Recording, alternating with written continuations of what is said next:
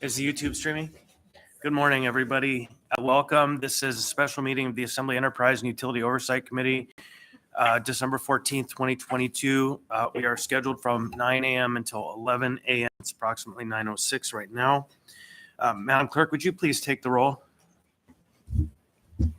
Ms. Allard, Mr. Constant, Here. Mr. Cross, Here. Mr. Dunbar,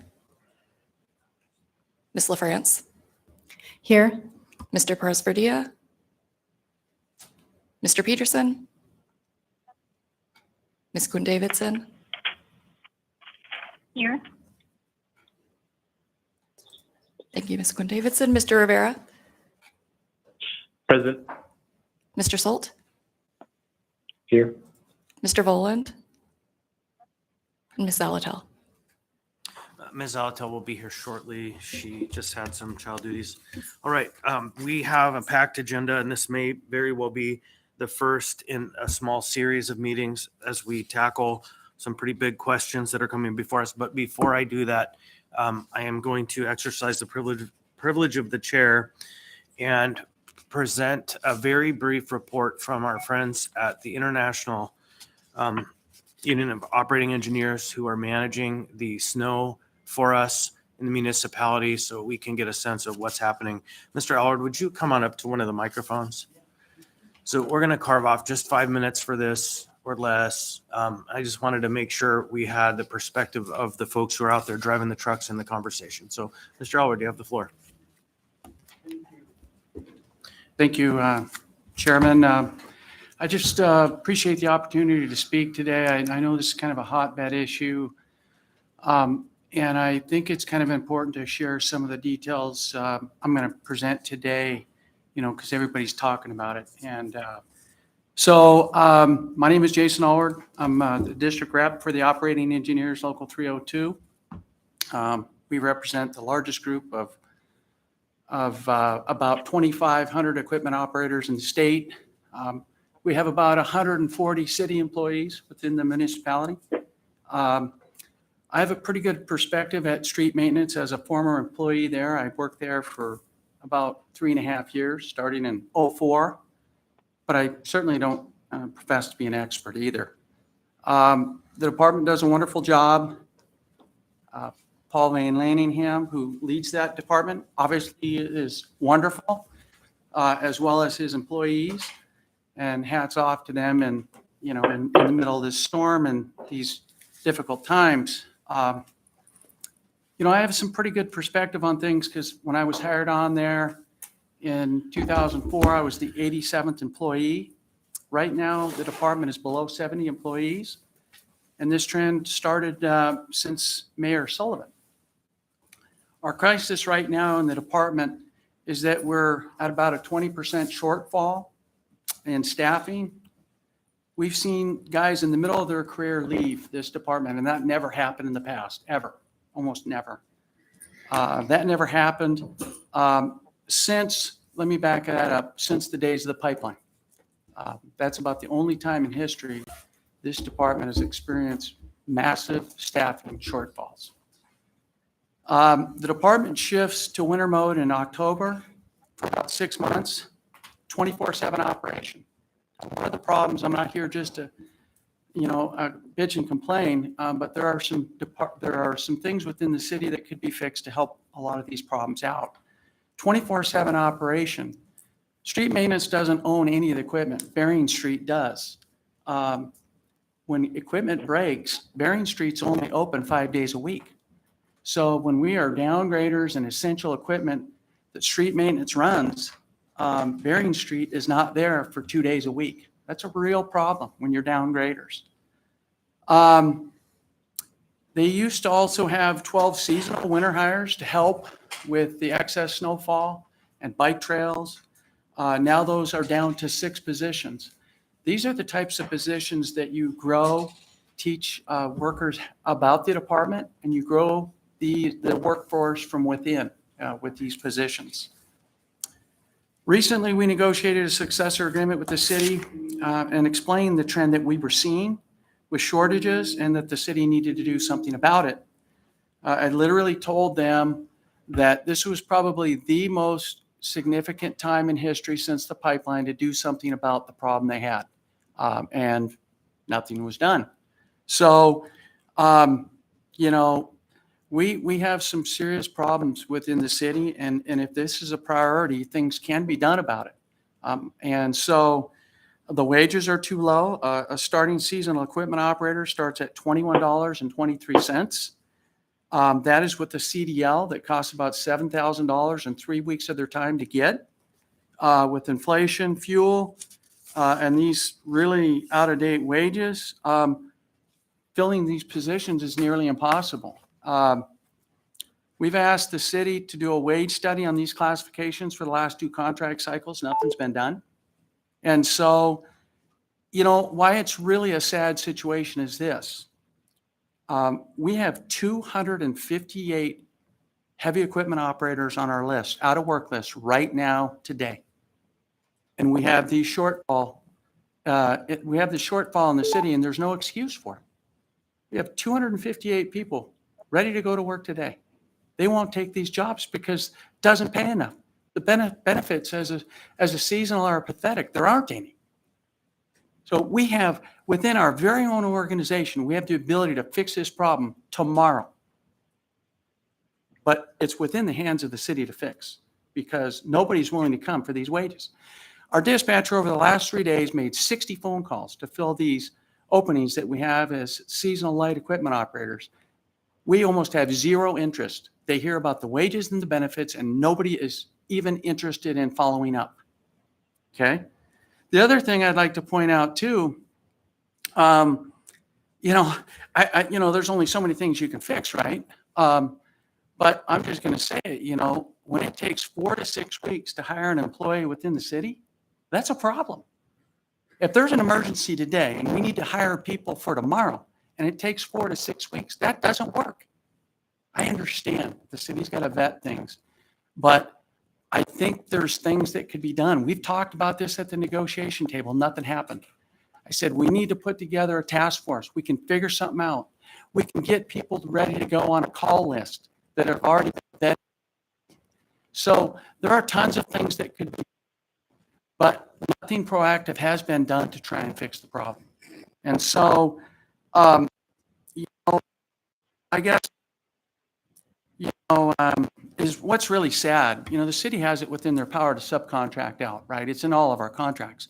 The saddest thing in all this is that if the city does subcontract out, they're going to contract out to a contractor who's going to bring employees in to make way the hell more than the people that the city is hiring to do the job right now, which makes no sense. So it's really about priorities. I wanted to share a story with DOT the other day. They got a hold of us. They had 16 vacancies at the airport alone. 16. Catastrophic for them. Third busiest cargo hub in the world. They cannot fail. They cannot fail on their mission, right? So they reached out to us. They know we have tons of people on the out of work list. Of course, that creates a problem between us and Local 71. 71 wants to protect their work. I understand. So we had the conversations. The state, what they end up doing is they end up building mission critical pay. They add 10% to the wages to try and fill these slots. Nothing happens. Mission critical, they bump it to 20%. Almost nothing happens. Mission critical, 30%. It took 30% for them to add to the wages before they stirred up an interest. They've filled all their positions there. And so that is what has happened with the state. Their wages are lagging way behind as well. And so, but my understanding is they have things covered at the airport because literally 6 weeks ago, they were destined to fail as well. So, you know, I don't have all the answers, but I certainly can point out some of the problems.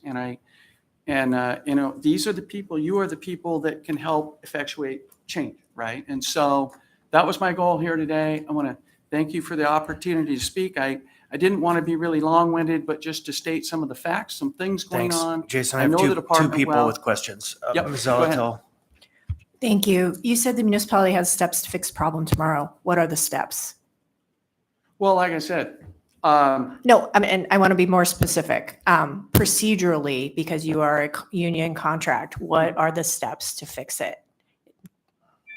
Because you're talking about wages. Oh, well, I mean, we had an opportunity to fix some of the issues at the negotiation table, right?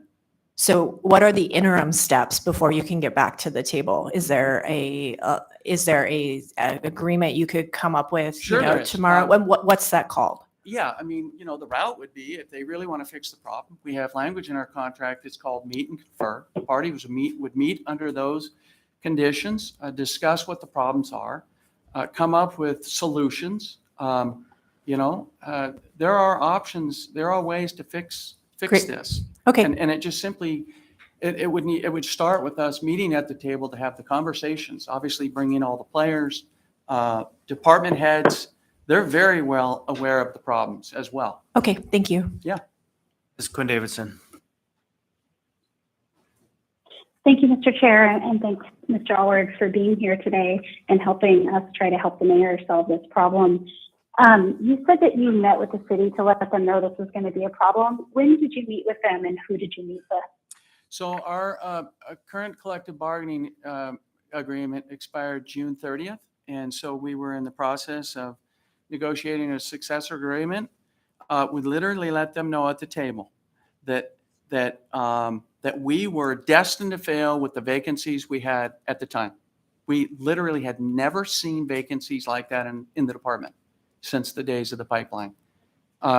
There was no other possible picture to be painted than a failure on a winter time like this. So they had it in their power to work with us. I know those people are trying to do their jobs, and I'm not trying to throw rocks or be mean to anybody. They have people to answer to. They have taxpayers that are concerned about issues and costs, and I get all this, but we have to at least have the department staff to effective numbers, and that was seen during negotiations, and I literally said it 2 times. I said, this is the most important time in history for this department. The trajectory the city takes today going forward is hugely critical.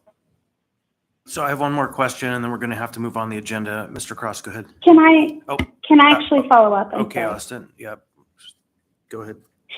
Quickly. So that was this past summer, just Yes. in June. Yeah, in June. I think our contract ran late, but yeah. Okay, and that was at the bargaining table. So I assume with Ms. Christensen, representatives from HR, Yes, anybody else there? that's correct. Okay, thank you. Yep. Thank you, Mr. Her Conklin. question was anyone else there? Was someone there from the Oh, I'm 8th sorry. floor? Yeah, Raylene Griffith, Blair Christensen, and then several of the department heads from the different Okay. departments. Yeah. Thank you. Mr. Cross. Yeah, thank you. Yeah, I guess my thought is that this is not a problem we're going to be able to solve overnight. This is a skilled labor problem that is affecting all sections of business. I mean, unless you can start bringing people up from the lower 48 to fill positions in our skilled labor pools, I don't know an employer out there who have as many employees as I need. This isn't just a municipality. This is everywhere. And I think it's going to be a pain we're going to suffer for some time, and I don't think there's a magic bullet. Even if you offered twice pay, you might be able to fill it short term, but we only have so many people to pull from. So that's why the Anchorage School District had to revamp the whole bus route and everything, and they're still short, but they're making do with what they have. Yeah, it's a frustrating situation we're in. Thank you. Mr. Allard, do you want to respond? Yeah, just if I may, these city jobs are wonderful. I went there for quality of life, staying home. Construction, a lot of time is you're away from family for many, many months during the summer. Sorry? You're good. Okay. So, I think before we saw the massive infrastructure budgets from the federal government, this department was already seeing these problems. So yes, he makes a great point. He's 100% right. Workers are difficult to find on any realm, But we had these problems starting before this massive infrastructure budget even started. Thank you, Ms. LaFrance. Thank you, Mr. Chair, and thank you, Mr. Elward, for being here today. I just want to confirm some numbers that I heard. I thought I heard you say that there are 258 heavy equipment Yeah. operators ready to go now. Yes? Well, they're on our list. Okay, and I Yes. think I heard you also say that the state was able to get operators by increasing pay by 30%. Now, I don't know where they got those people. I did hear a rumor, and maybe you could talk to 71. I think, to this gentleman that it just spoke, to his point maybe, that resonates with the point he made. I thought I heard a rumor that really all the state that DOT was effective at doing was literally stealing people from all their other departments around the state to just literally transfer to the airport. That's what I thought I heard. I don't know if that's a fact, but they filled those positions, which they had to do. Okay, thank you. Thank you, Mr. Chair. So with that, just going to note for all those new bus drivers out there who are hired on, I'm sorry. It was hard yesterday. 30 of you got stuck in the snow, and I feel a lot of compassion for you because you just got started. Yeah. And this happened. And so that's trial by fire. And with that, we are going to pivot to our main event, which is a conversation about the Port of Alaska. I would note for the record that both Ms. Salatel and Mr. Peterson arrived at approximately 10 after the hour. And as I said before, take a deep breath when I say this, that this may be the first of a handful of meetings to get through this conversation. And so I'm not taking joy in the idea of having to get together and slog through all of this stuff. But in order for us to make big decisions, we need to be fully briefed. And so first up on the agenda, we have our unfinished business. The continued discussion of Port Plan of Finance will defer. The Clutha River restoration will defer. And next, it's comprehensive port update. First up on the agenda, Steve Rebuffalo, Port Director, you have the floor. Yeah, good morning. Let me figure out how to do the slide advances here. So there's quite a few topics you asked us to cover. And I think we've prepared a presentation that'll fit the time slots. But please stop for questions. Happy to have those and happy to take a deeper dive if you don't think we're going deep enough on this stuff over here. So we'll start with the petroleum cement terminal, which everybody knows is phase one of the larger modernization program. And the status as of today is, the structure itself is fully complete. We have a couple of areas, however, where we're still holding PPMs. Well, one of them we're holding PPM's feet to the fire because, there's warranty issues and responsibilities that they have. Now that the main structure is complete, and we need to make sure that they've finished everything that they were promised us to deliver before we actually cut them loose and pay them make their last payment to them. The first of those is the crane that sits on top of the hose tower on the PCT, just like the cranes that sit on top of the hose towers on the other two petroleum docks that we now have. The challenge with this particular crane was that for some reason they decided they needed the cable was too long, so they cut the cable. And when they cut the cable then became too short. I think everybody forgot that we added 4 feet to the height of the dock for sea level rise. And that tower is a little bit taller for the very same reason. So to make it the same length as the cables on the other two towers was not the plan.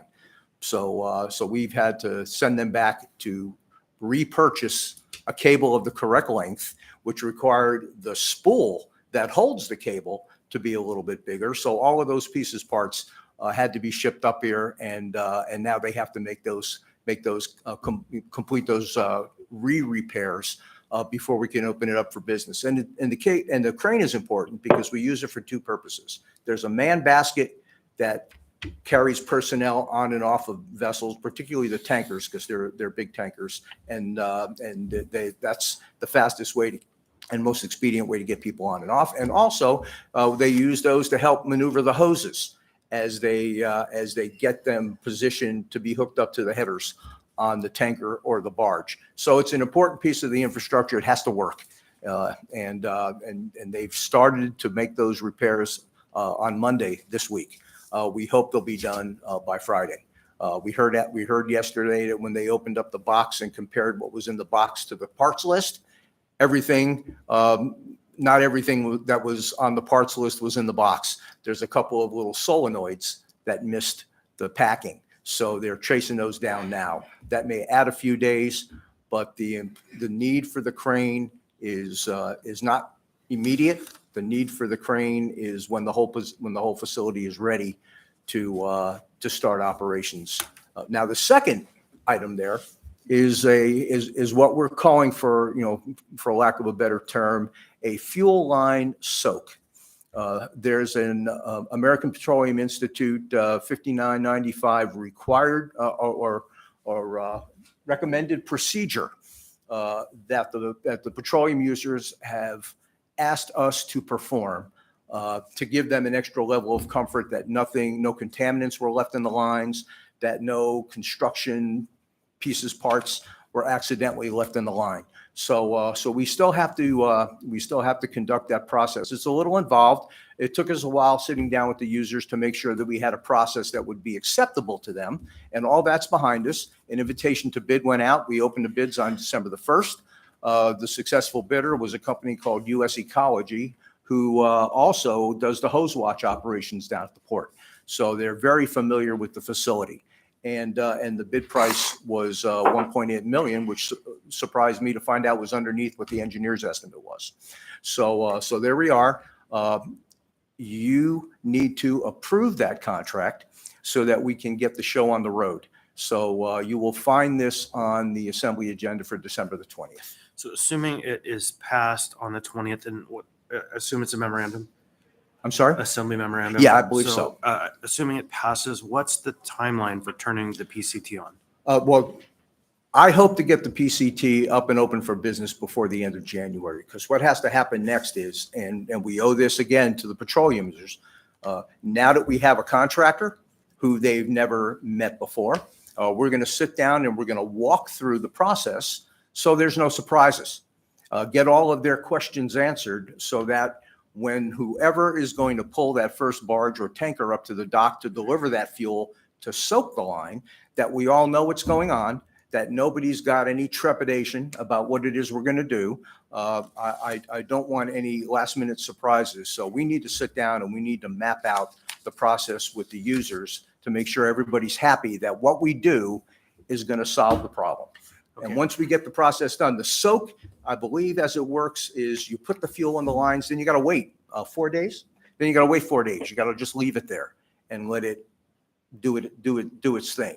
And then you flush it out. You flush it out and you test it and make sure the purity is what the purity is. If it works the first time, terrific. If it doesn't, then you're flooding the lines again and you're just letting it soak for 4 days again.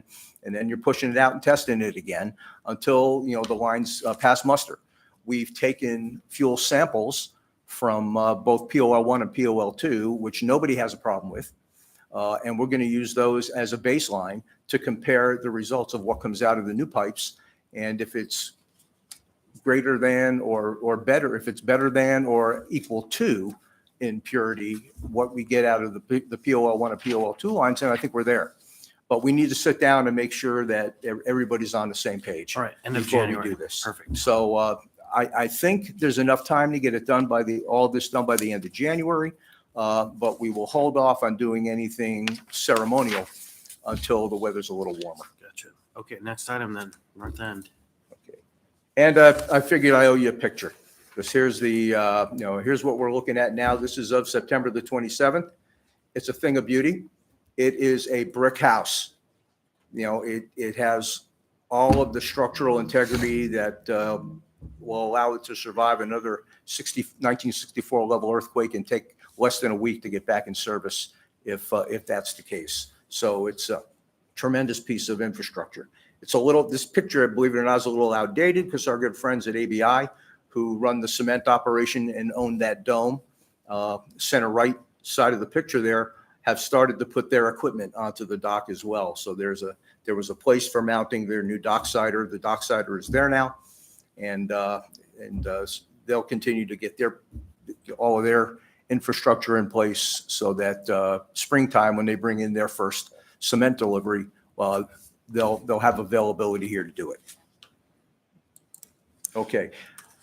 Next was NES1, and I'm gonna defer to Mr. John Daly, who I think you guys met the last time we came and gave a presentation. John's the new PAMP engineering director for the port, and he was apologizing for being new the last time we were here. He can't use that apology anymore, but he's going to go ahead and talk you through the North End stabilization phase 1 piece of this. Thank you. Good morning. Appreciate being here and the opportunity to talk to you guys. Yeah, so the North End stabilization is a piece of work that's centered on stabilizing the sort of failed sheet pile cell area and opening up a navigation channel into the Terminal 3 area that's now somewhat constricted.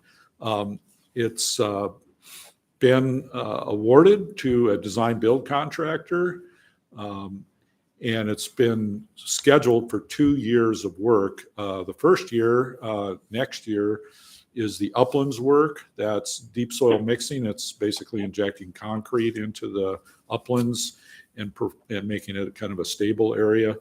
And then year 2 is removal of the fill in the sheet pile.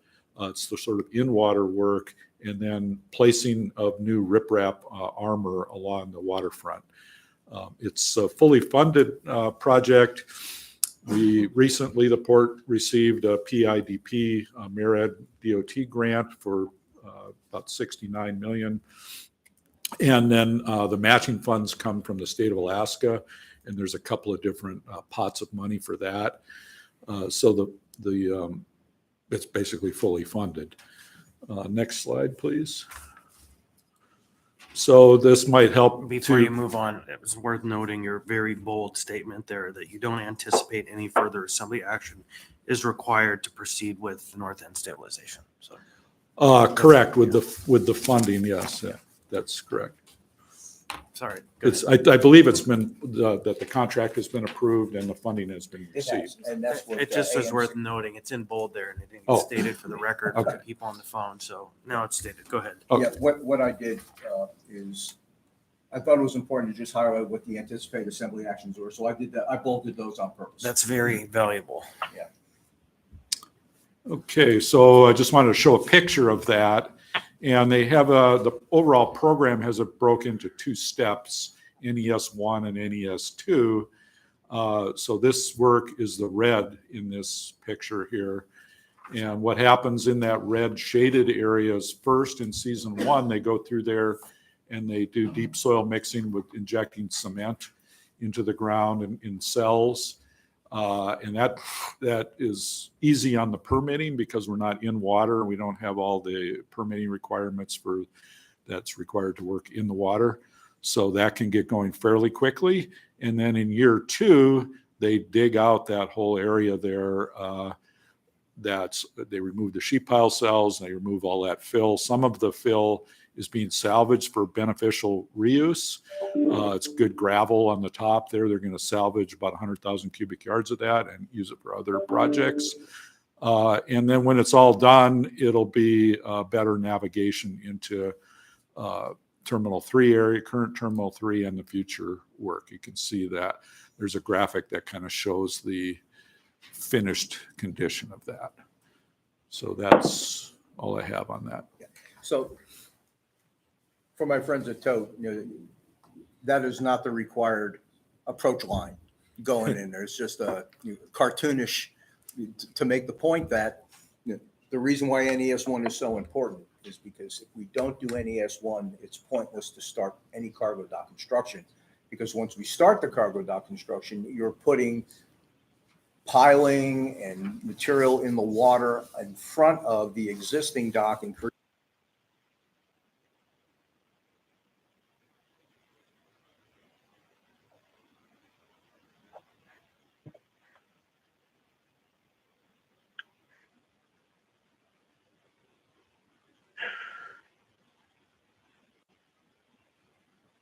Sounds like we got muted. Somebody muted us all, I think. I can't hear anything. Oh, that's because I forgot to turn my microphone on. So Oh, okay. I'll go ahead and repeat I myself. was going to say, should we take it personally? You are cut off. Yeah. Yeah, you're telling a kid from New York that he's not speaking loud enough. That kind of is insulting. But the fact of the matter is, until we remove the NES1 material there, it becomes an unsafe operation to construct the cargo docks. If the goal is to stay open for business while you're doing construction, then we have to make it safe to get into and away from the dock during that construction of the new cargo docks. So this is a pretty important step, and excited to get it started this summer. Next is the administration building. Okay, next is the admin building, and here we are. Work is underway. There's a huge hole in the ground where the foundation is going into construction right now. It's another 2-year project. The contract was awarded to STG North America as the construction company, and RIM Architects as the designer of record. It's a design build contract. We are now reviewing the 95% design drawings for the building. But in the meantime, all the foundation pieces, parts have been approved, and that work has started. They just received a permit that they needed from PM&E in order to install what they call helical piles. I won't pretend to even know what that is, but I think it's almost a pile that you almost screw in as opposed to hammer in. And it provides some pretty decent structural integrity. John can probably tell you more about how that works than I certainly can. I'm going to jump in there. Isn't that where we ran into trouble with the north extension, that they intended to work with helical piles and they didn't work?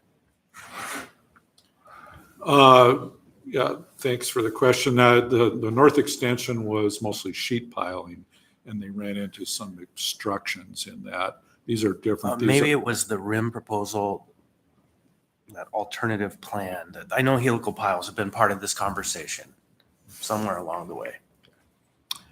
It's a reason they have a geotechnical engineer that's providing input into the design. It's from WSP, and it seems to be a reasonably well accepted.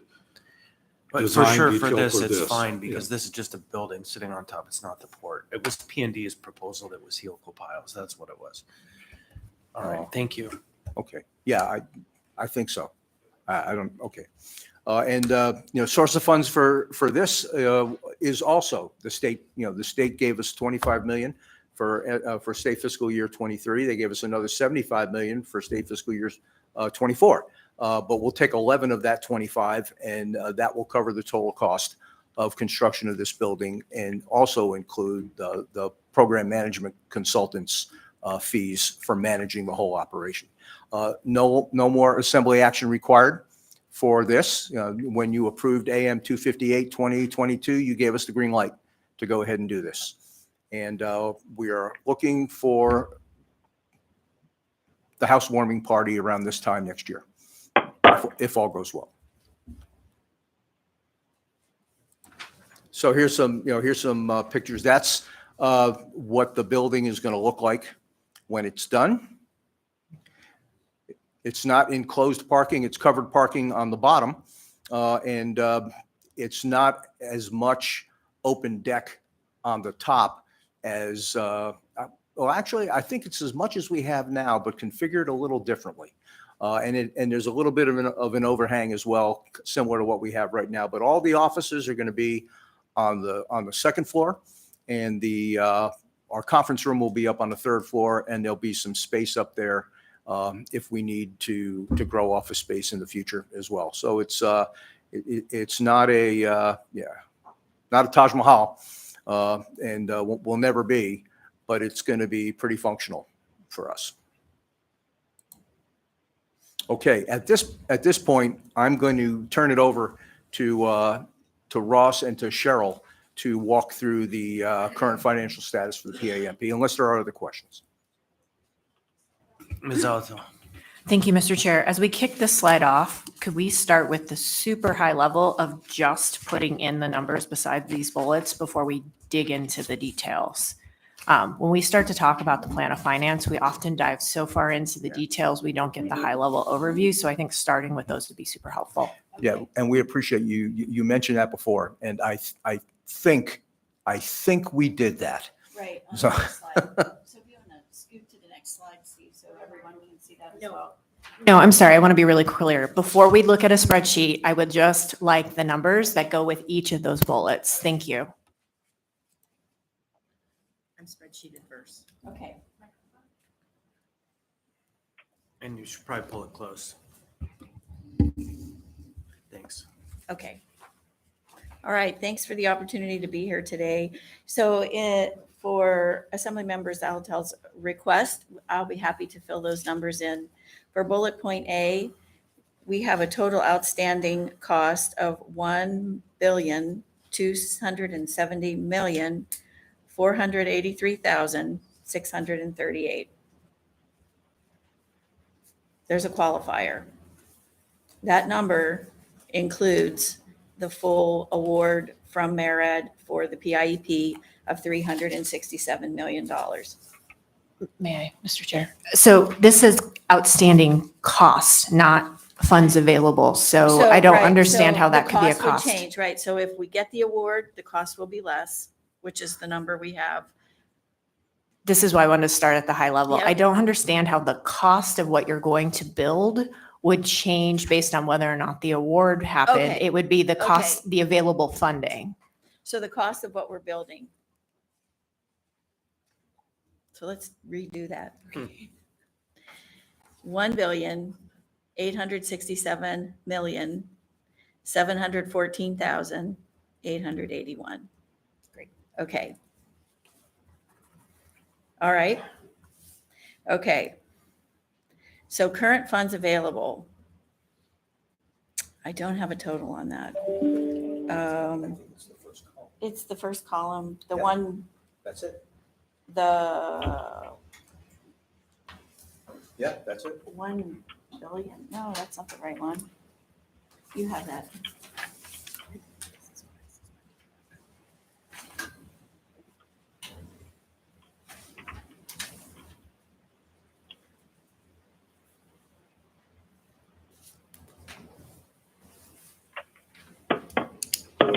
It's everyone. It's all that added up. Subtract out the We don't have a total. 367, Well, that's what this is. right? It's about 700,000. 1 billion. Well, so the total of funds that is, so we have included in our workbook that we did the $367 million judgment. So my apologies for not having that number right at my fingertips. So it's, I'm gonna have to get my phone and do the math. Calculator. So it's, yeah, And much better that you do it than me. yeah. Cheryl, Performance now math. that you have total current funds available, you have, for example, you have 39 million of unencumbered funds. Okay. And then you have the 200 from the state. And what else? And then you got 68 million from PIDP grant, right? So What these else do you are, have? so these were all funds that, so this was the column for all of the.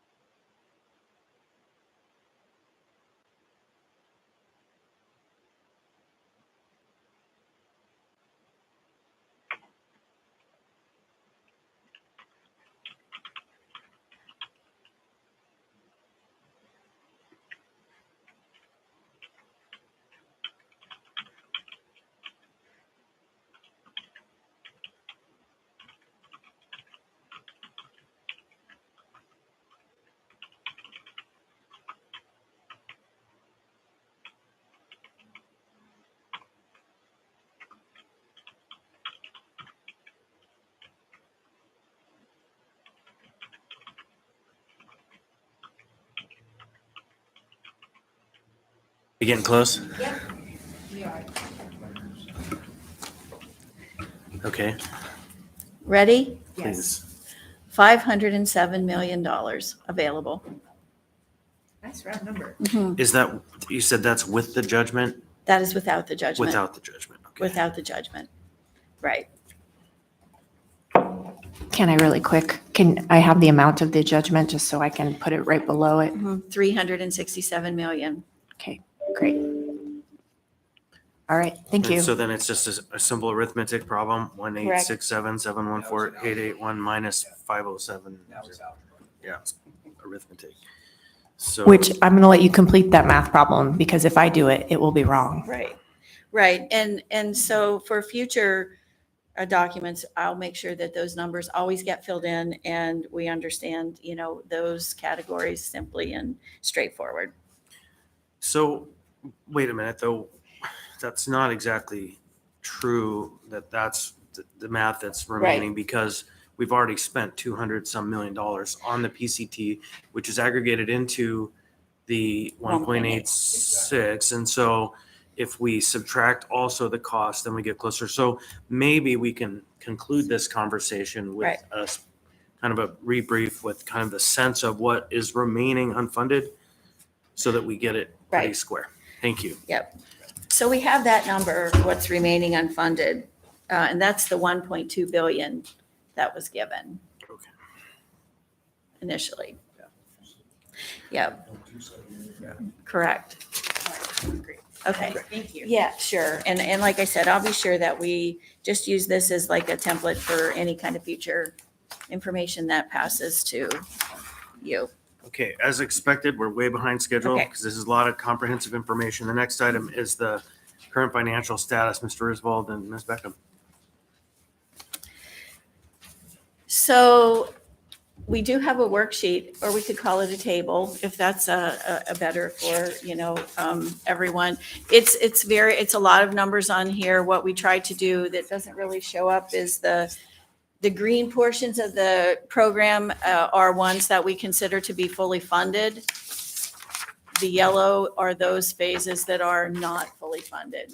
So in an effort to just delineate the two, that on the worksheet that gives us that presentation. So the top 4 rows we used as just a very high level budget for the costs of the program through all phases. Those numbers we received from Jacobs last week, so they're as current as we possibly can have today. The funding sources that are listed in the second black box below are all of the funds that we've received for the program since inception. So you'll see the program restarted in 2014. So that's where we're at with some of the older monies that were given to the port for this program. So the numbers all work out across the columns to identify the costs for the phase 1 for the PCT, for the admin building and NES 1. So the line at the very bottom of the worksheet, which is the funding overage and shortfall, you'll see if that line is 0, we intended to represent that those phases were fully funded. So the grants and the federal grants and the state grants are applied as we've represented on the slides before, not to go in great detail, but that's just kind of, the high level overview on this worksheet. So I can take questions if there's anything that we need to add to that for clarity. I'm happy to do so. And we expect the funding source, that piece is going to grow as we apply for more grants and receive more grants, either from the state or from the feds. Then we will continue to add those there because that becomes dollars that are available to offset anything that would have to be covered by debt service. So to show the whole picture and how it's being apportioned to the different phases of the project, we thought this was kind of a handy table to put together to do that and minimize the number of questions that we would have to get asked. Mr. Peterson. Thank you, Mr. Chairman. So have we gotten anything from the Pentagon? No. Moral support. Moral support. Oh, good. No, demand letters. Anyone else? So I just wanted to note at the top of the agenda, there's a little qualifier there that we've invited the attendance, the Port Commission Chair, Port of Alaska Leadership, Municipal Finance, Manager's Office, and also members of the Port of Alaska User Group. And with the intent that you may be invited to provide input. And what I want you to know is if there are things that you feel like we need to be talking about, please get my attention. And we will add your voice to this conversation. So don't feel like you have to wait till the end or have to be called upon for input. If we need to hear from you, now is a good time along the way. So with that said. So we've moved on. We can move on to the next slide if you're good to go. I think there are a few questions. Yeah, Ms. Alto. Thanks. So I'm sorry to step out for a quick minute, but in 23-24, so phase 2A, what I'm looking at is, so there's that $68,700,000, and that's borrowing, correct? No. No. So, no, that line is the 2022 PIDP award that we received. Can we not use an acronym? Sorry, I don't know what that is. Yeah, if you, Oh, let me go back. okay. If you follow that number all the way back to the left-hand side, it should be on the same line as 2022 PIDP, Port Infrastructure Development Grant. Okay, thanks. So So that's- that's a grant. That's where Right. that came from, right? Okay. And yeah, And then the other question I had is, I see we have the state legislative grants. There's one in 23-24 for the admin building and one in phase 2B. And then there's the federal match. They don't always have a federal match. So I guess I'm a little bit curious. So in 25 to 32, we have 2 state grants. Are we just out of federal match money by then? Is that making sense?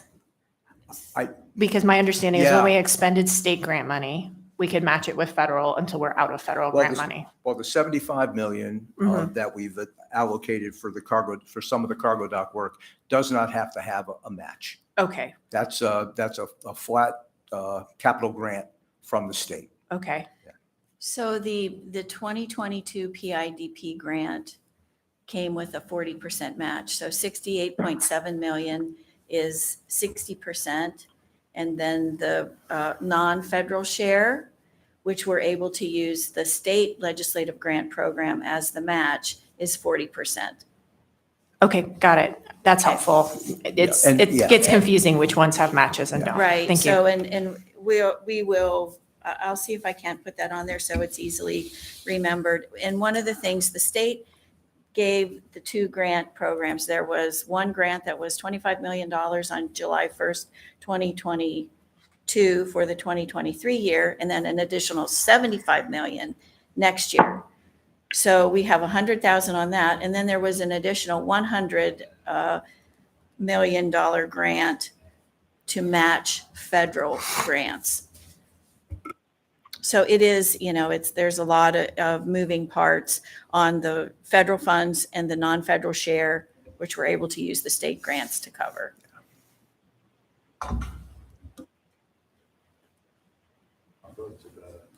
Next slide. Okay. So to start this one out, there will be an assembly action coming once we have the approved grant agreement between MARAD and the municipality of Anchorage, where the assembly will have to formally accept the 68.7 million. So I can't tell you when that's going to happen. I think we're in negotiation on the grant agreement now. So the grant agreement will be presented for execution after NEPA. But we're able to send the grant award through the assembly and identify it in the language as when tendered.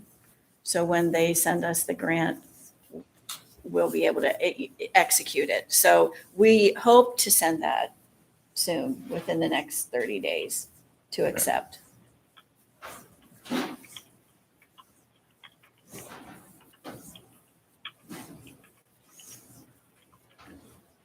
Okay, and then this is where I've got to turn things over to Ross to talk about TIFIA, and I may be able to help out with F and G, and then pitch it back to Ross for H. Thank you, Steve, and thank you, Mr. Constant and Ms. Zalatel, for the opportunity here. I've asked our municipal advisor, Steve Cantor, to listen in today and update us on the TIFIA loan application process and the importance of it and how it relates to this project as well as this proposed surcharge. So, Steve, if you wouldn't mind updating us, if you're still with us, I'd appreciate that. Thank you. Thank you, Ross. Good morning. My name is Stephen Cantor. I'm the Managing Director of Masterson Advisors, and we are the financial advisor to the municipality, including the port and the PAMP project. Good morning. The status of the TIFIA loan is as follows. We have applied for a TIFIA loan of approximately $434 million. This is a loan, not a grant, so we will ultimately have to repay it. We're in the process of completing the letter of interest with the Department of Transportation. We have one submission. They gave us comments back, and we expect to have a revised submission by certainly either by the end of this week or early next week back to the department. I can't tell you when we will receive the commitment from DOT, but I know that we're in process and we're hopeful we'll be able to have a commitment by the end of the first quarter.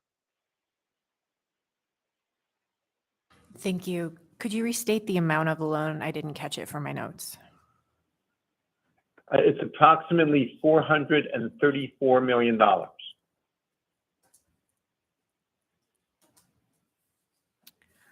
Okay. Are we going to talk a little bit more about this as to what the loan's going to be used for? The I'm TIFIA sure loan, that's up to you. Steve, if I'm not mistaken, the TIFIA loan proceeds can be used for any part of the PAMP, and right now we're focusing, of course, on cargo docks phase 2B. Ross, we're going to be limited to either phase 1, phase 2A, or phase 2B.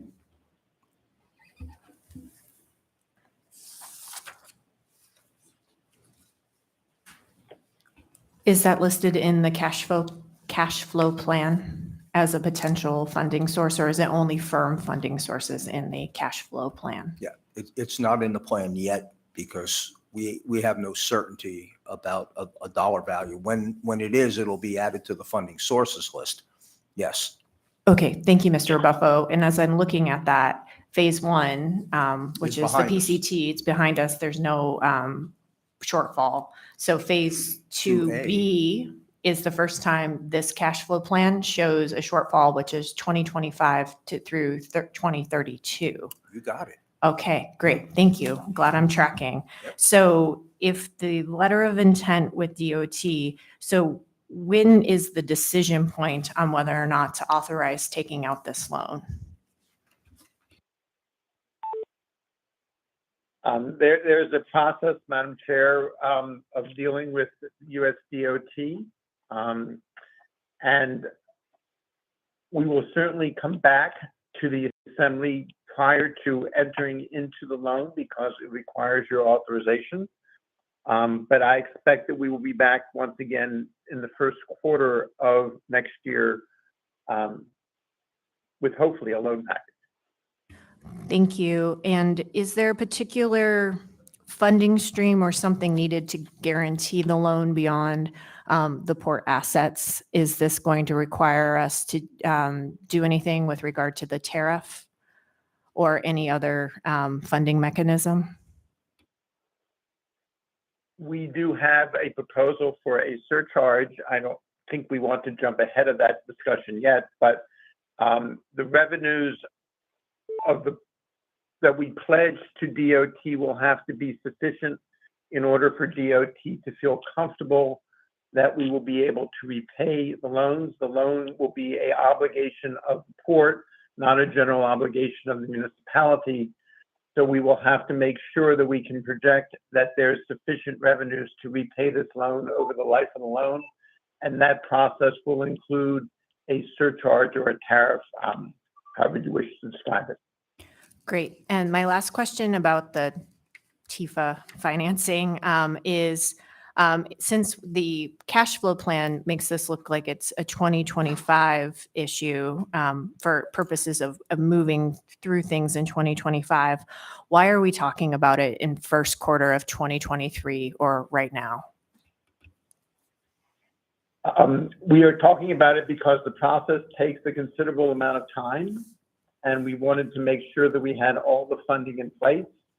TIFIA will not grant us the loan until they're convinced, one, that the project is going to be fully funded, and two, that we have the ability to repay the loan, even though we may not draw down the loan for another 18 to 24 months. Okay, thanks. I probably have some additional follow-up questions, but maybe they'll be answered as we move along. Are there any other questions? And then I'm going to turn this back over to the chair since he's back. I have a question. What's the life of the loan? What's the term that we're looking at if we do get engaged with the TIFIA? That will be subject to negotiations. We're hoping that the loan will be at least a 30-year maturity. And so what I heard you say is we won't need to take down the loan even if it's authorized. So we'll have an opportunity, I assume, to shop for those days when we have the best rates. Yes, sir, we will. So that's definitely a consideration these days. Okay, next up on the agenda, then, any last questions from folks? So it might be helpful actually at some point to add a table, spreadsheet, worksheet of moving target funding opportunities, things that aren't secure but are in the hopper. Is it? Next. Okay. So whether it's loans, tariffs, surcharges, grants, and that way we can start to wrap our mind around the big picture as we narrow the targets. So next on the agenda is the brief on that grant list. Do we want to move off of item 4A2?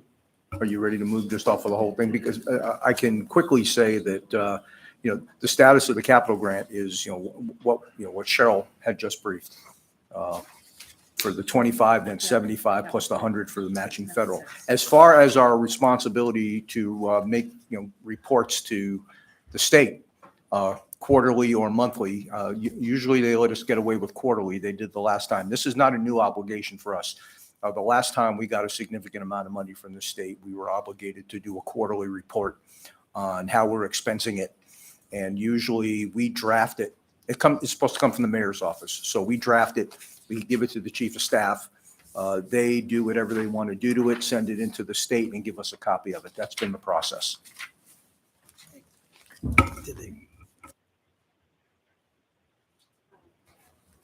Why don't we take just a minute and go through that table of grants that's in the packet since Oh, you sure, went you bet. through the hard work of putting it together.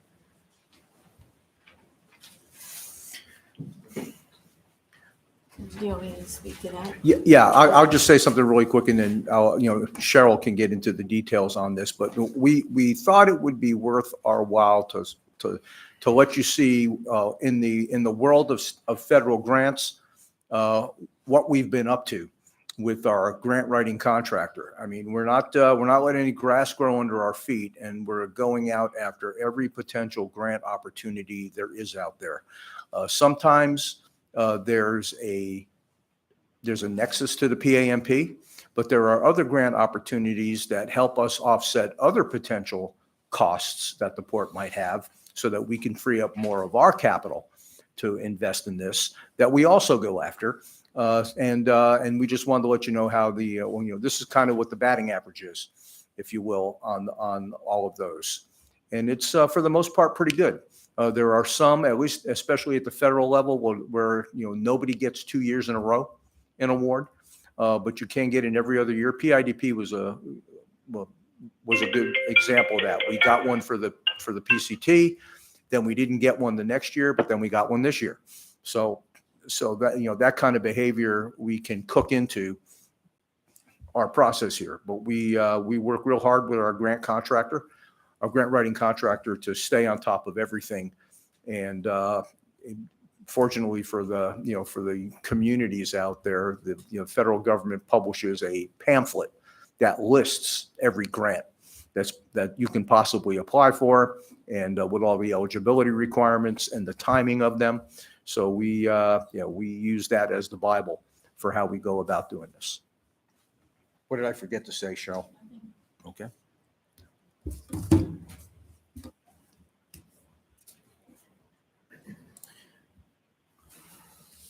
Are you ready to move on, sir? Sure. Okay.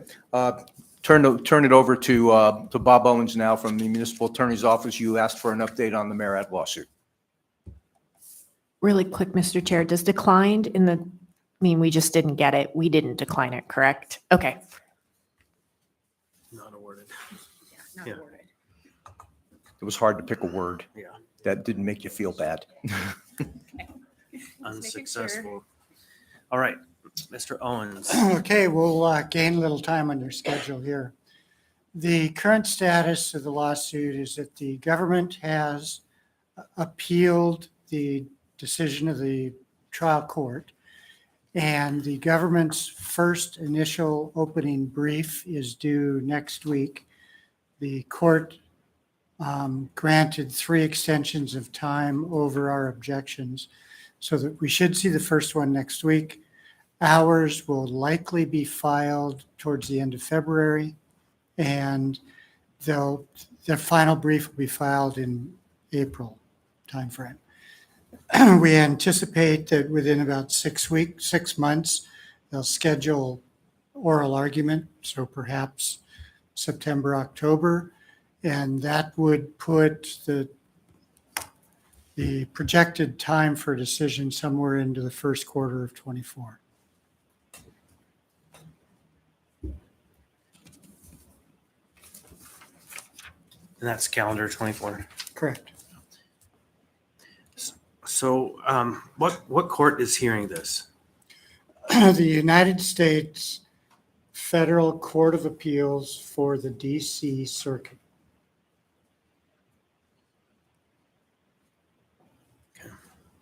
Any other questions? So for those who are listening that may not be tuned in, that's the decision point on the $367 million award or judgment that we're all hoping is part of this program. Okay, anything else, anyone? Bob, again, I want to just thank you for your Yep, thank you. stewardship of this effort and keeping the foot to the gas pedal and not leaving the municipality and helping us get across that finish line. So thank you very, very much. Next on the agenda. Okay, so you asked us to get you up to speed on where we stand on the cargo dock operations. I've got a couple of graphics to address A and B, but C is going to be pretty easy. You've got that cash flow plan there, and to the best of our knowledge, based on what we know today at the level of concept design we don't want to back off the cost estimate for the cargo docks being about $1 billion. Once we get deeper into the design process and have that designer of record on board, there will be opportunities to look at what we can do with means and methods and materials that could potentially reduce that cost from $1 billion, but way too early in the process to commit to a promise that it's going to happen. And I'd like to leave the 2025 to 2035 time schedule there as well. It's the best we know from where we are today. And speculating to do any more than that puts us in an overpromise, underdeliver situation. And until we have more data, we won't be able to do that. The current status is this. This was the cargo dock basis of design that was last approved by the Assembly in August of, in June of 2021, after we had our first design advisory board meeting. This was what we proceeded with in the process of conversations with the users and with the municipality, and have basically, for a lot of different reasons, have talked our way out of this as being the best way to function going forward, and are going to present to the Design Advisory Board for consideration this graphic instead, which is a continuous dock through both terminals of the same width, because it would give us the most flexibility with respect to managing any types of traffic that can come up here. That first design was a little too proprietary at the north end, and reduced the amount of flexibility that the port would have to be able to use that facility on the 5 days a week totes not here. This, on the other hand, gives us a lot more flexibility, and it allows us to put crane rail the entire length of the dock and be able to service any kind of vessel that comes in, while at the same time not adversely impacting tote's ability to do their job. It's a configuration that we have today. We have a continuous dock of equal width today. We're just doing that again and upgrading it to modern industry standards for cargo dock operations. So this is what the Design Advisory Board, we're going to meet next Tuesday. So this is on the agenda for approval. And the way the Design Advisory Board process works is we sit down, we look at this. Jacobs will be there to provide any technical information that they may want to have. John will be there as well. The 5 of us that are members of the Design Advisory Board will vote. It's not a unanimous required decision, so there may be a 4-1, 3-2 split. I don't know. But at the end of the day, what we decide, we will send to the mayor for the mayor to recommend to the assembly to adopt. And that's how the process works. Recall, we almost did that and had a design that we sent to you guys. And then I asked you, because we had some late breaking requests from users to reconsider some points. I asked you to postpone that indefinitely so that we can go back to the drawing board. So we're ready to come back to you after we have that meeting. Ms. Alatel? Thanks. So assuming this comes before the assembly takes action, Mhm. how concrete is this basis of design? What would it take for it to go back to the drawing board again? You know, Because I feel like we've been a little bit on the hamster wheel with this. Yeah, and so do I. So here's, I think the best, absent the designer of record having some kind of an epiphany or some huge change in how the industry chooses to operate, that is about as homogeneous and universally usable facility design as we could have. And if you look at what, at other ports, whether it's what we have here called a parallel pier with trestles, or it's land that is configured for gantry cranes or what have you, it's pretty universally acceptable. And when we look at the depths that we're looking for at the cargo docks, and we look at the variety, the different crane gauges that we're looking at to operate, we will have that ability to service just about anybody that comes here. So I think long shot that something dramatic is going to make us want to change. Thanks. And then after the basis of design is approved, that's an assumption, I guess, is there a timing issue with it getting approved? So if you're looking to possibly bring it in January, I don't know, January, February, I guess what I'm asking is, I think we're going to need some good lead time on it, is what I'm saying, because we're not engineers and we haven't been intimately acquainted with the basis of design. I think there could be differing opinions. So I'm hoping we'll have enough time, not only maybe through the committee, but additional time to be really briefed. If I remember the PCT correctly, those design issues came up in earnest. Yeah, no, fair enough. I think we're in the process now of getting ready to, we're reviewing the proposals that were submitted by the companies that bid to be the designer of record. We're not going to be able to get any decision for you, because you're going to have to approve the acceptance of that contract as well. That's probably not going to happen till January. We probably won't get the designer of record on board. John, what do you think? February? Sometime in February. So we would have between whatever the mayor sends to you between that time and starting the designer of record on the clock, which is maybe a month, we have that time to come and bring you up to speed on the whole thing. So the designer of records, a new concept to me. So the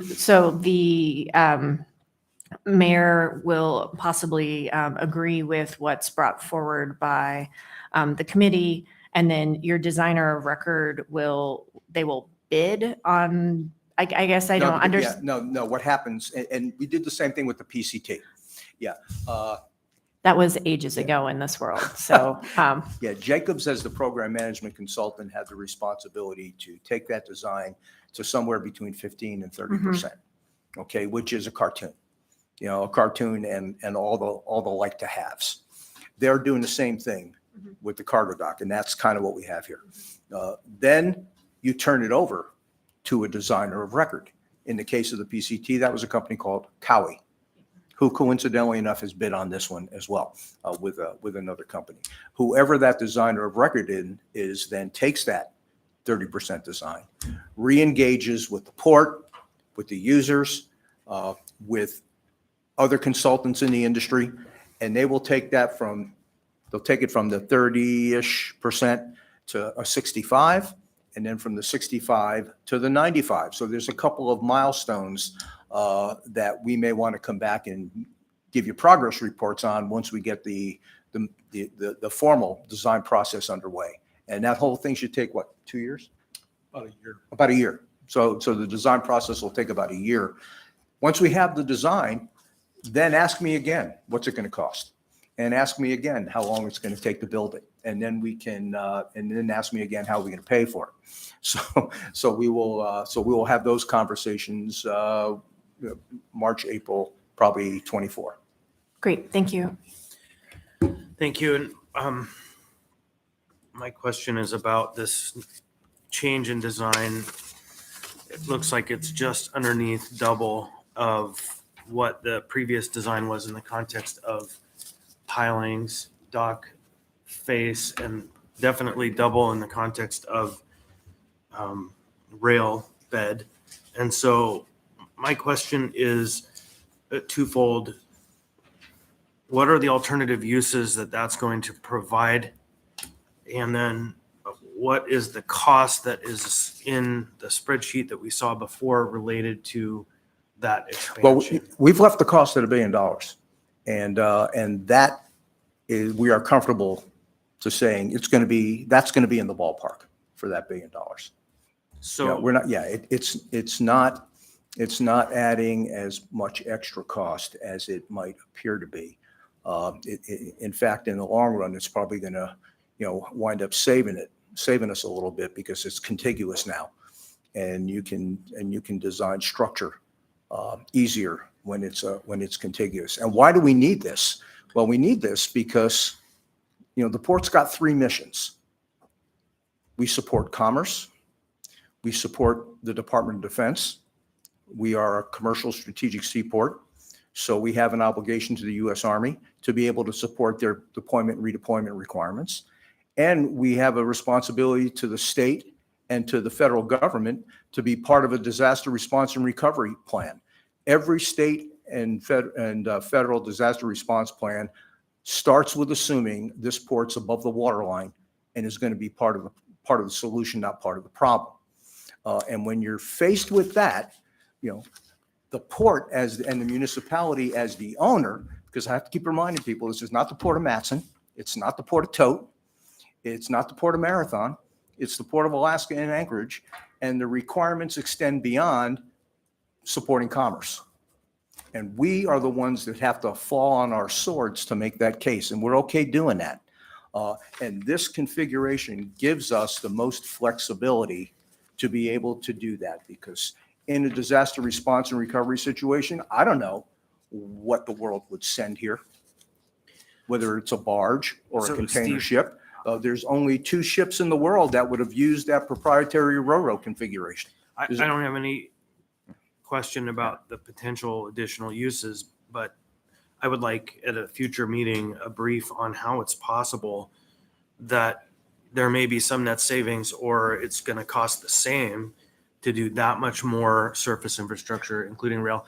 Fair I would- enough. I would like that founded out somehow, because Absolutely. that's a hard pill to swallow. All right, fair enough. Yeah, it sure looks like a lot more dock, which to me looks like a lot more cost. And so I don't know.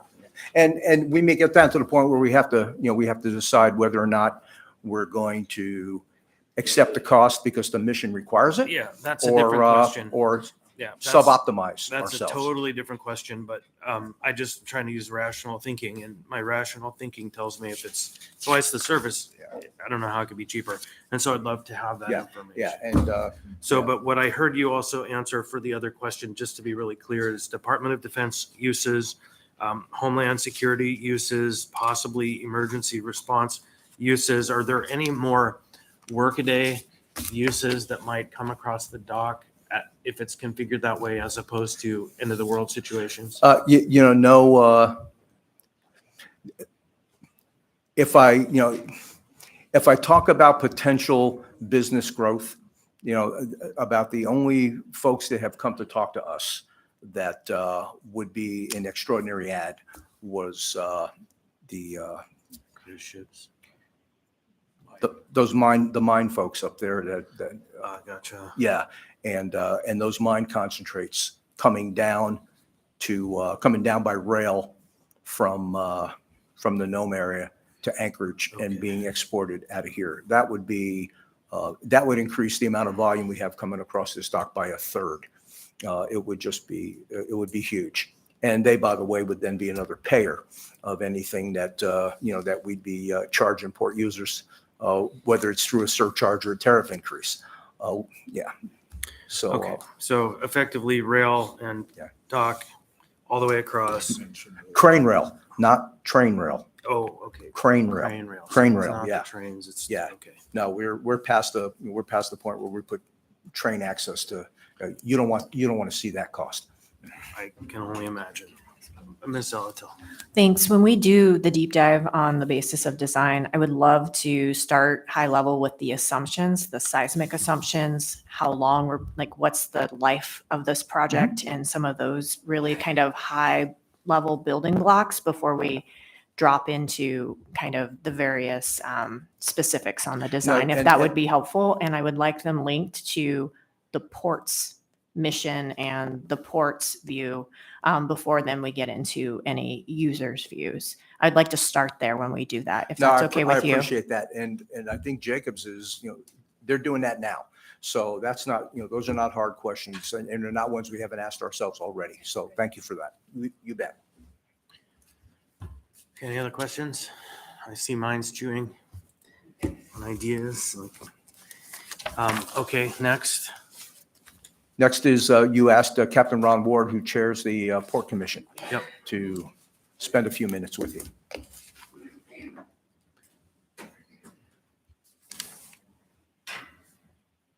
Hello, Mr. Ward, welcome. Good morning. Thank you.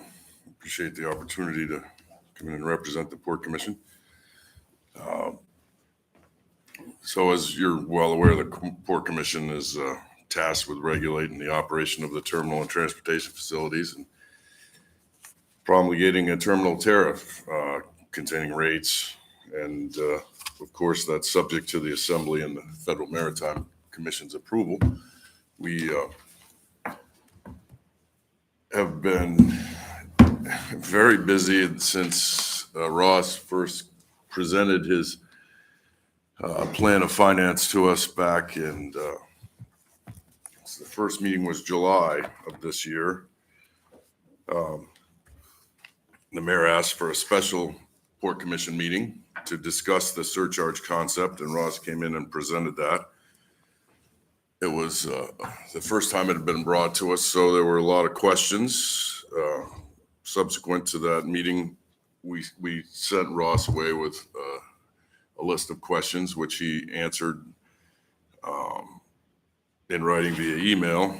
And then we had a subsequent meeting August 4th, where Ross explained his answers, and we entertained commissioner questions and public comment to address the questions that came up. We've had 4 meetings total since Ross came along with the new surcharge concept. We met, like I said, July 22nd, August 10th, and then again on September 28th. And September 28th, we made a point of asking Tote and Madsen, the significant users of the port, especially for the cargo docks, if they would like to address the commission with their concerns on the surcharge concept and plan of finance. Based on their input to the commission, there was further questions, and we asked the port and the Muni to report to us on what, in fact, other ports did with respect to surcharges and tariffs. And then we were presented with a report by Cynthia Weed from K&L Gates. And they compared rates and surcharges around the country.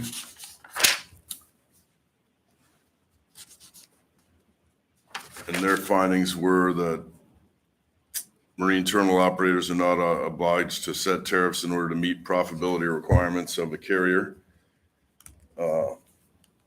And they're not obliged to set tariffs for the use of a facility based on the port's cost of that particular facility.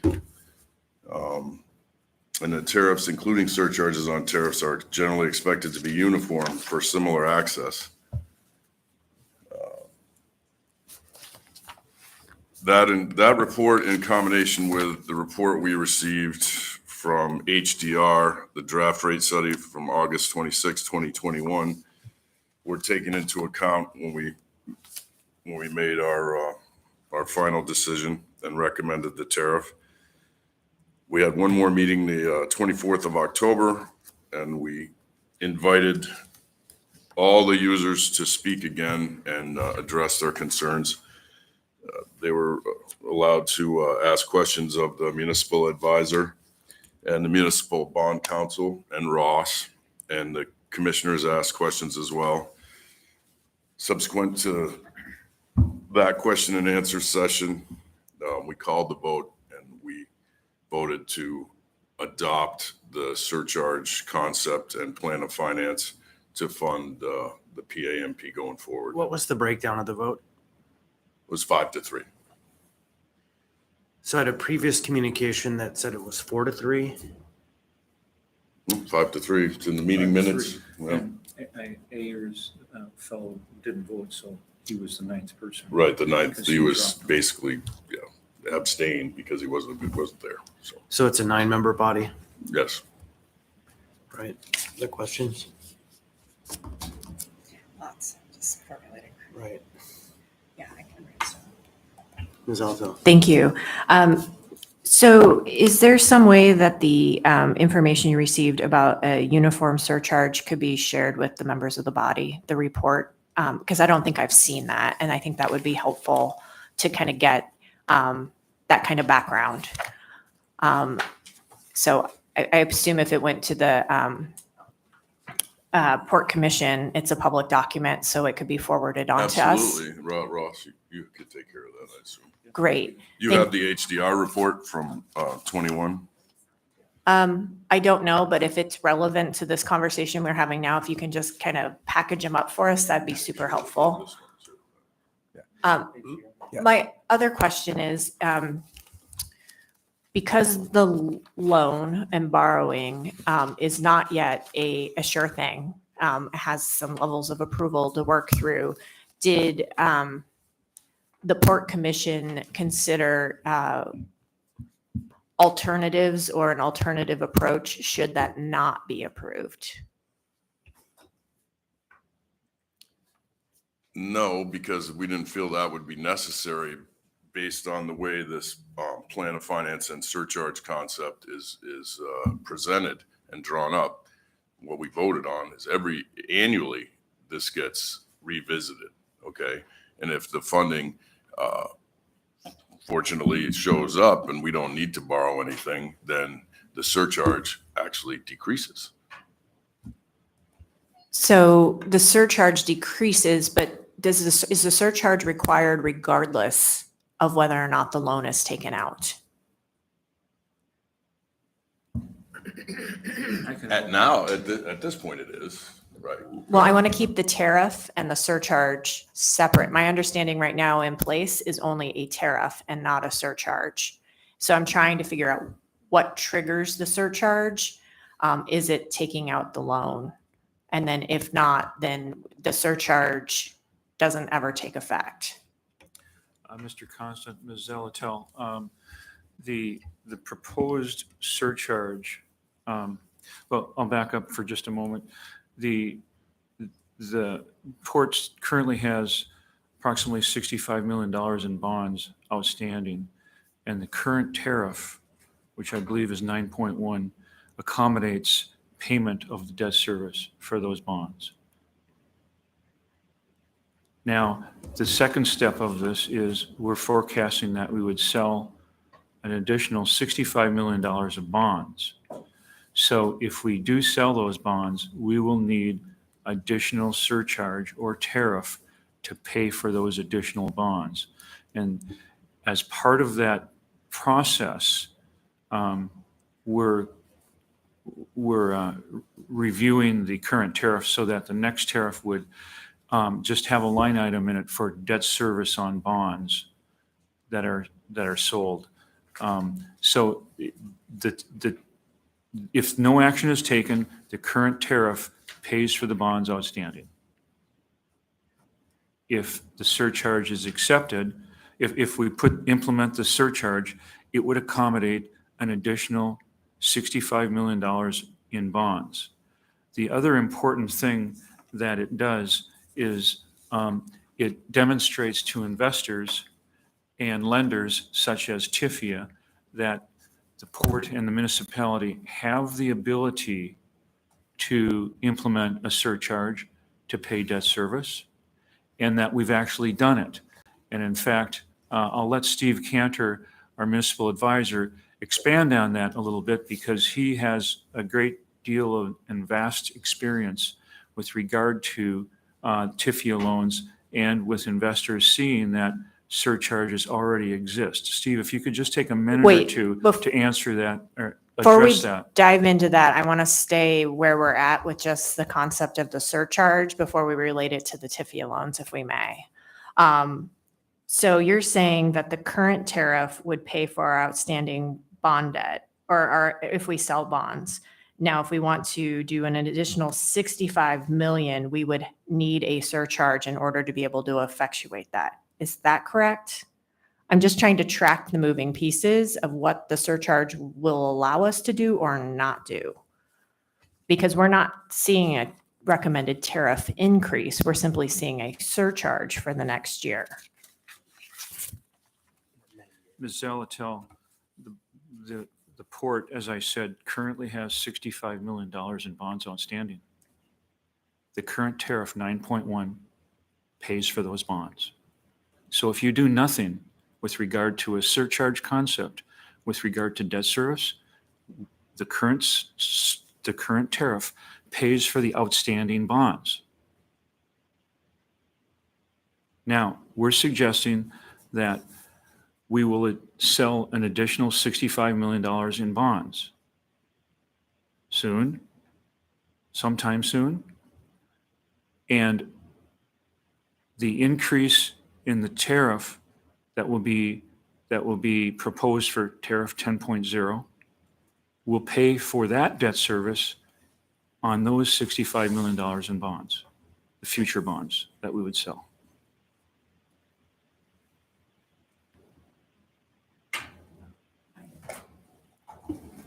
Can I expand on that a little bit? From the Port Commission's perspective, when we looked at this, we're looking at the financial markets and, the idea that the sooner we show, they're looking for 1.3%. It's your debt service ratio. You've got to be able to prove that you can service the debt. So in order to do that, the sooner we show that we have a surcharge in place, and maybe we'll have surplus at first, which is why we look at it every year. But the sooner we show that we have a surcharge in place, the sooner we show that that we're ready to service additional debt. We've, taken steps. Okay. I guess the more fundamental question is we've typically serviced our debt through the tariff. And we're not suggesting a tariff increase, but we're anticipating selling $65 million more in bonds. And we're hoping to be able to service that debt through a surcharge mechanism in order to be able to demonstrate for the potential DOT loan. Is that why, versus using our typical mechanism? I'm trying to get to the why are we changing the route we've always taken to date in servicing bond debt? Because we've been doing that for a long time. Thank you for the opportunity to answer your question. So the tariff as a whole is a rate mechanism. So while we're talking about tariffs, right? So the surcharge, what will come to the assembly is an additional component of the tariff as a line item. So we'll still have all the commodities, which, as Ross mentioned, the commodity rates include debt service coverage for the bonds we have outstanding. The surcharge line item will go into effect to service new debt. Does that help? It does. I'm still not getting to the why we're changing the way in which we want to service new debt, because we've previously anticipated servicing new debt by raising the tariff, not adding a surcharge component. Okay. Do you understand the question? No. I do. Okay, go ahead. So I think I do. So it is a change in the way that we've serviced debt from before. So you're asking, why are we making that change? Right. So the reason that we're making the recommended change is that was, in 2020, we promulgated the tariff, everyone passed it. Petroleum and cement paid for the piece of the PCT that was debt that we incurred debt for. So in 2022,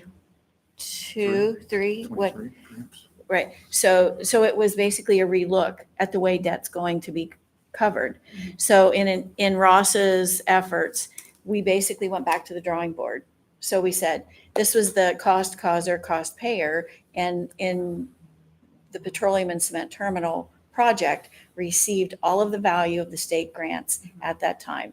So there was a thought process and discussion made that said, look, we think that the whole program should have value of these previous grants. So it was basically a restructuring of the initial methodology for debt service coverage back to 2020. So if the surcharge is passed, those rates would be rolled back to a baseline tariff and the surcharge implemented. The petroleum and cement rates. would be Right. rolled back. So the petroleum and cement cost causer, cost payer, we would roll those rates back to a baseline tariff, which is what all the other users were charged. And then the surcharge would go in as the funding, making up the funding for the debt service coverage between the baseline tariff and then the required debt service.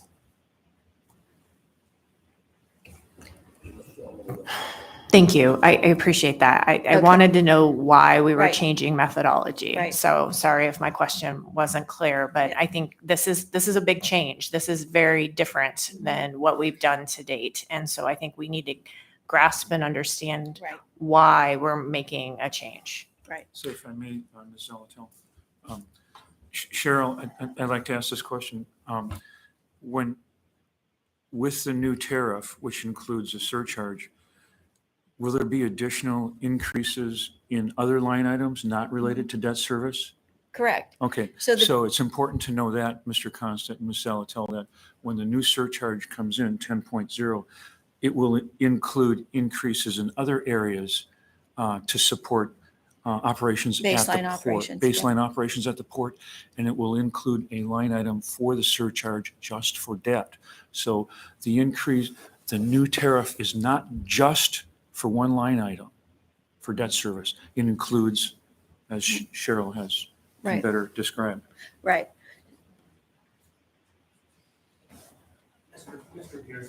Mr. Peterson's been waiting very patiently, so we're going to pivot to him, and then I have a question, and then we'll come back to you. No, I'm good. Okay. Thank you, Mr. Peterson. Chairman, and it was an important question to get to the bottom of.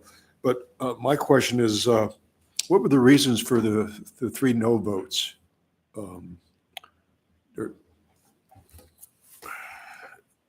If I can paraphrase or summarize for the 3 folks who were not here to represent that, it was my understanding at the time that Tote and some of the other petroleum users were asking the commission to give them another 30 days to, look over the proposal and have further comment. And we felt that, I think the majority felt after 4 meetings and multiple opportunities to speak that they had ample time to have input. And looking at the date, it was October 24th. 30 days would make it Thanksgiving. And then 30 days, it's Christmas. So we felt that it was important to move forward. And that's, I think, the reason that there was 5 and 3 over. Thank you. So what I just heard, I'm going to restate this, is that their objection was they didn't have enough time. There weren't substantive objections or considerations of an alternative. Those 3 votes specifically were that they wanted to give them 30 more days, which is what Tote and some of the petroleum users were asking for, 30 more days to send in further correspondence and consider the proposal. Interesting. Thank you. So my question in this conversation we just had at length about kind of rebasing the way we're structuring these expenses to pay for various elements of the plan and operations. We're coming to the end of the PCT construction process. We had a cost causer, cost payer model in place, is what we just heard, and now we're changing it. And my question really is along the lines of how much did the basic industries, the fuelers, pay on the expenses of the $200 million that were not covered, whatever the difference of that weren't covered by grants for those costs? And how do we end up changing the fundamental deal on them when we set it out at a point in time and said, this is how we're going to do this project? I'm very interested to understand how those mechanics change. Thank you for the question. So what originally happened in 2020 so the port anticipated that we would need to sell about $20 million worth of debt to complete the PCT. That was the budget, that was the calculation, that was what we knew potentially with the grant sources and the shortfalls. That was the projected amount. So with that in mind, we developed the tariff with a consultant to say, since the benefit users are the petroleum and cement users, we would take that piece of debt service for the 20 million and apply it to those rates proportionate to their tonnage and use of the dock. So in 2020, that was the work that was done. It was presented, it was passed. So the component of debt service for the petroleum and cement folks in 2020 were that 18,885,000 of bonds that we sold. So the structure was put into place for accommodating the debt service, but as well, we had other tariff considerations for just regular operations. We had to ensure that, we could, first of all, meet the 1.35 debt service coverage with our revenues, and an additional $40 million of debt was incurred due to a line of credit from the PIEP. So there were many years that the port carried a $40 million line of credit. That was their portion, their cash portion to the PIEP program. So Ross, at the time we came to the assembly for bond authority, there was $100 million. We asked for 40 of that. It had been on the line of credit since 2013 for quite some time. So there was an ability to alleviate that line for future bridge financing for projects and things like that, that we wanted to have access to those funds. We were going to use them for, when we send in reimbursements to MARAD, we'll pay the vendor. And since it's a reimbursement program, we just needed some cash flow. So that was the basis of selling debt for the $40 million line of credit. So those rates, the repayment of those rates were all included in the baseline tariff rate for all users. So the tariff presentation was, here is the baseline rate, here is the rates for the petroleum and cement to cover the debt service. So back in 2020, that's exactly how we all felt was the best path forward.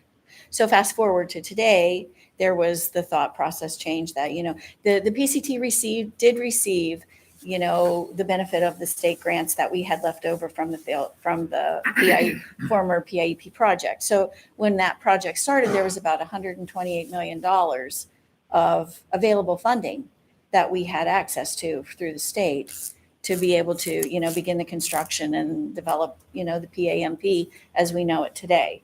So the thought process was that, all users should share in the benefit of that $128 million from the beginning and any future grants, right? That it shouldn't be just phase specific.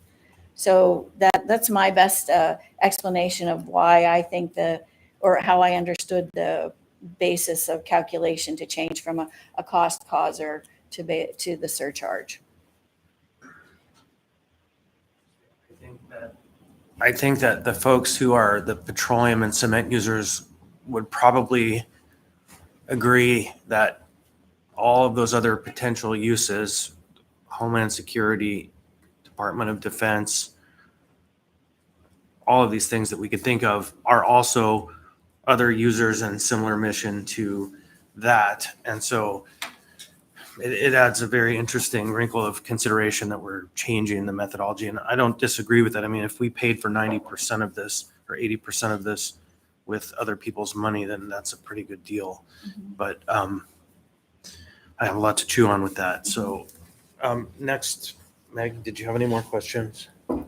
So, yeah, I think the question I have is, we're going to be increasing the operational lines in the tariff plus the surcharge. That's what I heard.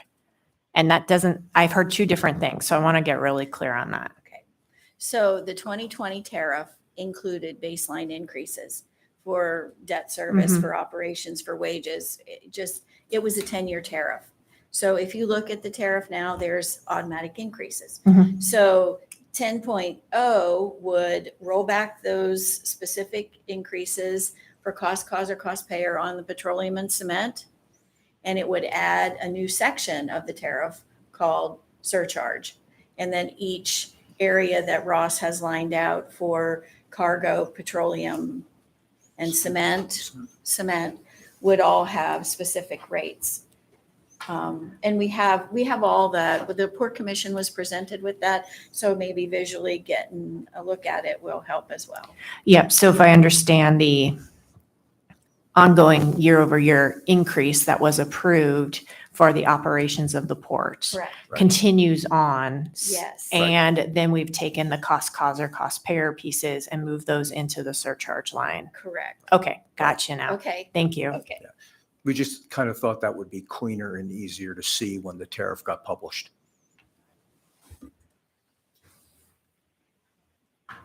Okay, so where does that bring us? I think that brings us to, Your agenda's done. I think the end Yeah. of that agenda. Yeah, I wanted to sneak a couple of slides in that I can go through really fast. Sure. If you'll indulge me. Yep. It's kind of sort of off topic, kind of sort of not. So I put this together after reading that article. There was an article in the Daily News that talked about in the first year of IIJA, about $2.6 billion in federal money came to the state of Alaska. And it laid out what that was. So I thought it would be interesting to show that in a pie chart, where all that money went. And and to point out how much of that actually came to the Port of Alaska Modernization Program in comparison to what other receivers was able to, were fortunate enough to be able to receive. And so I got the math pretty close, I must say. So, and these were the numbers that came right out of the article. I didn't concoct any. 68.7 was not in the article, but when I add it in, it doesn't push you above 2.6 billion by too darn much. As I had mentioned when you guys asked me almost a year ago, how much of this IIJA money is the port going to get? And I came in here and talked to you. I said, ports in general, nationwide, are not going to get much. They're going to get an opportunity to compete against each other for bigger pots of grant money, but they're not going to get formula-related volumes like you can see bridges and roads are getting. State highways, in addition to bridges and roads, state highways are getting a nice, healthy chunk there. There was a line item by name given to the Corps of Engineers to do their studies for the Port of Nome. That's the greenish one kind of there. Ferry system got a little bit. Bottom line is, get an appreciation for the fact that, we were able to get out of the first year of IIJA 68.7 million. And that cost us blood, sweat, and tears because we had to put a grant together to even compete to get that. It wasn't, I'm a road, I exist, I get money from the state. Yeah, and recall this chart is the one that I showed you. It didn't have the pie chart, but this is the one I showed you at the start of the whole IIJA journey, where you can see that this is the American Association of Port Authorities put this together to give the port industry a look at where their opportunities were for IIJA money. And every one of those is a grant program. There's no, there's no formula like free money rolling down the pike. It invented the port infrastructure development program. So the nice thing is that it's only ports can compete in that world. But in some of these other worlds here, you're competing against non-ports. Yeah, so it's quite the challenge. That it? And this was just a summary of all the actions that you guys will see coming your way over the course of the next few months. They were the bold items that were in all the previous briefing slides. I just thought I'd put them all together on one page right here. And now we're done. Ms. Zalatel has a question about the timing for the surcharge question. Yeah, when are we expecting the surcharge question to come Well, before us? I've been sitting on it. I wanted to get a sense out of this meeting whether or not it was going to pass because, as Ross mentioned and Steve probably alluded to, I think the worst thing that can happen is we send it to you and it fails because of the message that it sends to the banking industry about the municipality's willingness to stand behind it. And because there really is no immediate need beyond establishing that commitment, there's no immediate financial need. I've been sitting on it, so blame me. So waiting to get a sense of whether or not Steve, I would suggest it would succeed if I sent it. that this is not a good barometer of that question, and that until there's an actual document in front of us, it's hard to judge the member's position. And so we've kind of come upon this issue a few times of late where we have a briefing and it's in the abstract and there's no resolution memorandum or ordinance. And then when that document finally arrives, it's a whole different conversation that's based on the actual reality of the document before us.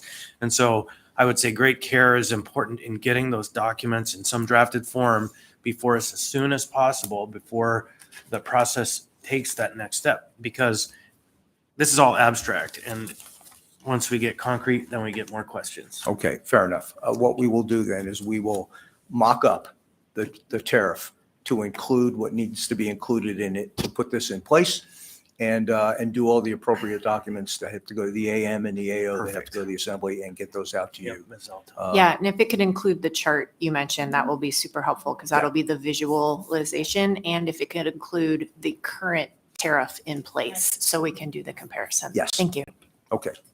Easily enough done. Well, all right, we'll figure it out. So I know that That's there a lot are of probably members of the users that would like to speak. So I'm going to do something novel and close this part of the meeting and open up audience participation and ask you to participate in the audience participation section. So we check the box. and we get your input. So if anyone wishes to speak, now would be the time. And if you do, come on up and grab a mic so you can be in the record. Mr. Chair, will you Yep. want a motion to extend? I don't know. We'll see how many folks want to talk. So we have enough time for at least our others want to speak. Anyone else? Oh, it's two. So maybe a motion to extend by 5 minutes. So moved. Second. Moved by Mr. Franz, seconded by Mr. Peterson. Any objection? Hearing no objection, will be extended to 11:05. Go ahead, Art. Please state your name for the record, and I have 3 minutes. Is the green light on? There you go.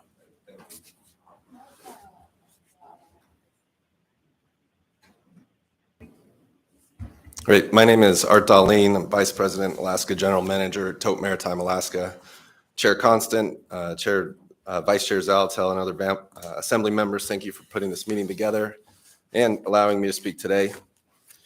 So Tote has been all in on Alaska and operating this state for 45 years. We're the longest standing tenant at the port. We're a ro-ro operator. We just recently completed a capital project on the Orca class ships, which are in service now, that they'll run on LNG, extending their life another 20 to 30 years. So they'll be here for the foreseeable future. We've been engaged in the port modernization discussion for roughly 20 years. We understand its importance and are committed to participating in the process. We currently participate in the Design Advisory Board, as well as the Port of Alaska User Group. The PAMP plan of finance and related tariff structure should be fair and equitable for all users. We do not think the current proposal approved by the Port Commission is fair, considering it requires Tote to subsidize its competitors' port expansion with higher capacity cranes. In our view, the port's traditional cost causer, cost payer approach incentivizes port users and the port to keep their design and construction needs as low as reasonably possible while meeting the mission of the port, whereas the uniform tariff approach encourages port users to go beyond their core requirements because the cost will be shared among all users. This is especially true in comparing ro-ro and lo-lo carriers, roll-on, roll-off versus lift-on, lift-off, who have distinctly different operating models, cost structures, and terminal needs. The bottom line is that Tote and its shippers will get no additional benefit out of port modernization, where our competitor Matson will get significant advantages with port modernization. Under a uniform tariff, what is being proposed, Matson will increase efficiency, partially subsidized by Tote. In the past, under a similar circumstance, when Tote wanted to increase efficiency, Tote paid directly for the infrastructure improvements. Requiring Tote to subsidize Matson's expansion will raise costs to Tote shippers to pay for infrastructure in which they receive no benefit. We also, during the Port Commission meetings, provided a report, a Mercator report by a leading transportation sector firm to look at ports across the United States and found cost causer, cost payer project finance to be the norm. Specifically, Mercator reported a uniform wharfage surcharge per ton on unitized cargo, whether moving in ro-ro trailers or lo-lo containers, to finance the PAMP is inconsistent with common U.S. Port Authority pricing practices for these projects. Investment and cost recovery has been on cost causer, cost paying principles at Port of Long Beach, New York, New Jersey, Southwest Seaport Alliance, which is Seattle and Tacoma, Port of Jacksonville, and the Port of Honolulu. Lo-lo and ro-ro charges are quite different in recognition that infrastructure required for ro-ro is less involved and less costly.